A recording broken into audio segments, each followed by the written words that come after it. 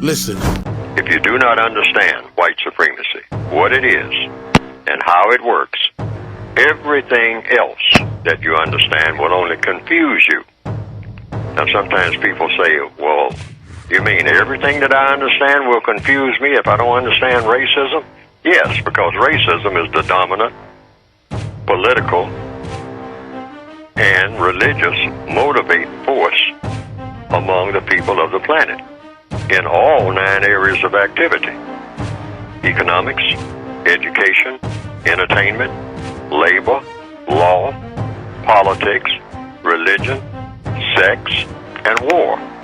That covers just about everything that any person, minute by minute, might be doing or engaged in any time of day or night, anywhere on the planet. I understand that. It just seems to me like, how can you continue a battle that nothing, that you had nothing to do with? And, like you said, if it's been started like when my buddy Josh's grandparents, it happened to them.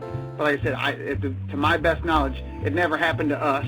We grew up in the same place. We hung around the exact same people. We weren't treated any different than the white kids. And I just have a hard time with it now when I go home and see him, that now all of a sudden he's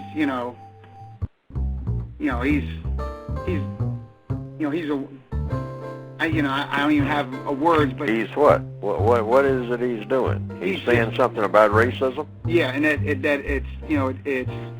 he's been, it's been in his family for years, and so now he's got an attitude even against some of the guys we hung out with when we were little, and he just brings it up, and it's, like I said, until we were 17, 18 years old, it never happened to us, but he's making it sound like he's got to, take over a fight that maybe his grandparents, had a long time ago. Okay, well, let's look at your associate, Josh. Could it be that what he's saying, he's not making it up, and he's not talking about the past? Could it be possible that he's talking about something he's looking at right now, and that what he is saying is that he sees it, but that you don't? Is that possible? Absolutely. Well, see, that could be the case. Now, it could be, like you said, that he's making it up, but I don't think he's making it up, because I see it too. And I've always seen it. I've never been in a situation where I didn't see it. Now, if I was looking for it and it wasn't there, then that's something different. And I've heard people say that, saying, well, I'm looking at the same thing that you're looking at, but I don't see what you see. And I say, yes, I know. That's the treachery of the way racism works. That sometimes you can be looking at it, and I have this in the book that I wrote. In racial matters, many look, but few see. See what? See what they're looking at. You're looking at it, but you don't see it. Like an optical illusion. But if you're constantly looking for it, then, that's like they say. So, but you can only see it if it's there. Otherwise, you are making it up, in which case nobody should do that. Well, that's what I'm saying. But you're telling me just a second ago that you look for it. Well, if you're looking to see if something is racist, you're constantly, you got blinders on. You're looking for it, and you'll take any little, section of conflict or whatever and say, oh, that's racism. That's not because of, his bad attendance. That's racism. Because that's what you're looking for, is what it sounds like. But see, the thing that I claim, that when I do look for it, I see it. Because it is there. But it's not supposed to be there. That's the key. It's not supposed to be there. But you're looking. No matter how hard I look, I'm not supposed to ever find it. Because it's not supposed to be there. Racism should not exist. That's the whole point. Just like cancer should not exist.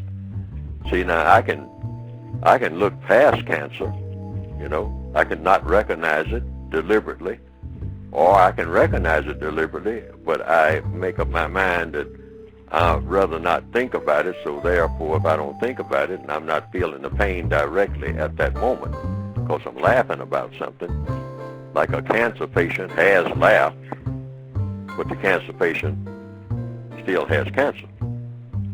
See what I mean? So racism is the same way. Black people laugh all the time. They're the laughingest people in the world, collectively. Nobody laughs like black people. In fact, there's more jokes made about laughing black people than anything else. Even in the old days, when it was right in your face, this thing called racism, black people laughed more then than they do now. Black people were the biggest jokesters because they were trying to hide the pain. That's why. But over a period of years, they laughed less and less as the pain began to go away because they were laughing at the pain. They were trying to laugh off the pain. And now a lot of us try to put on the blinders to not see what is causing a world problem. Now, a person can look at President Obama and say, he doesn't really have a problem, like President Obama said himself, said, I'm trying to get health care for the people that don't have it. See, I have health care. Me and my whole family. I will never have to worry about health care. I will get top-of-the-line health care. I already know that. He said, I'm trying to get it for the people that don't have it. He said, so if you're talking about me individually, he said, yes, I got health care, but that doesn't necessarily mean that I'm not supposed to be concerned about other people not having it. See what I mean? So racism is the same way. There are some people who say, well, I've been able to skirt it, and I've been able to get by, and I've been able to do this. In the neighborhood that I was brought up in, I was able to shield myself from it.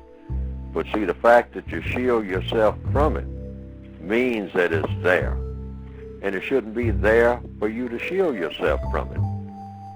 I mean, that's the whole purpose, because when you try to move away, just like in the case of your friend Josh, when you try to reconnect with him, he's been hit by it, full force, and his behavior shows it. And that saddens you, but that's a fact. And the reason it's a fact is because he ran into it when he just moved just a little bit, and it hit him full force. Really, it had him full force all the time, and that's when it's really painful.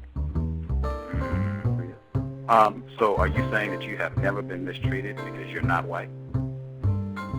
Not that I know of. I mean, I've had things with, many people, and, I mean, granted, there's always some bonehead, but that, that, whether he's black or white, it doesn't matter to me. I've come across, boneheads, but I find myself finding more of my own, quote, brothers that would do me wrong more so than the white guys that I hang out with. And I can see why that would be, because that's the effect that racism has.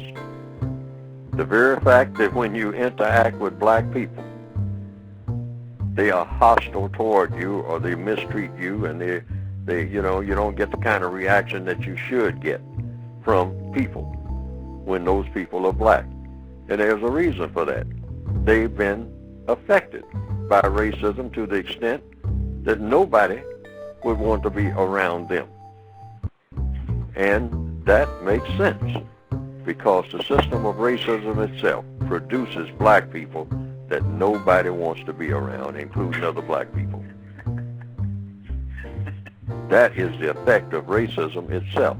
That's not just something that happened because black people have this peculiarity about them that makes them into monsters and monstrosities.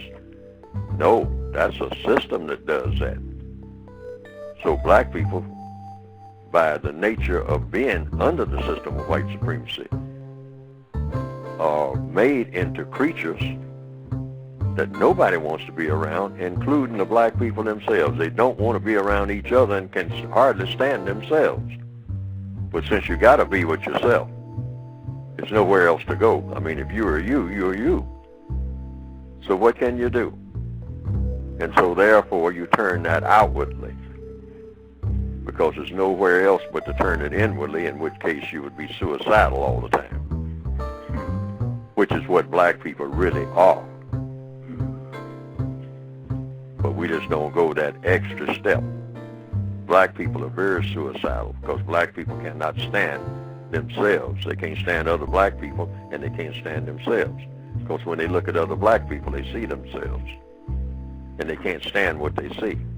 Because we have already been made into creatures that are unworthy of being around anything. But the system did that. We weren't born like that. We were all born as little wide-eyed, curious children. But we were turned into monsters and monstrosities. I myself am a monstrosity. The very fact that I'm having this conversation in 2009 proves that I'm a monstrosity. What's a monstrosity? A monstrosity is a creature that is out of sync, out of balance. A person who is in the midst of a whole bunch of problems that can't be solved or apparently aren't being solved. That's a monstrosity. I'm one. Unfortunately, me too, as long as the system of white supremacy exists. Now, some people have said they've seen some cartoons of my work on the internet that have been presented, and that it pretty well embellishes what I have been trying to say in my textbooks.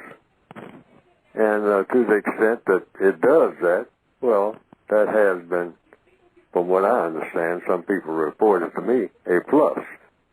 Because they didn't understand what I had written very well, but when they saw those cartoons that just repeated what I was saying and attaching my name to it, and came right out of the book, the material did, they say that they better understood it. And I can understand that because people are kind of visual, particularly in the year 2021 now, more visual than ever.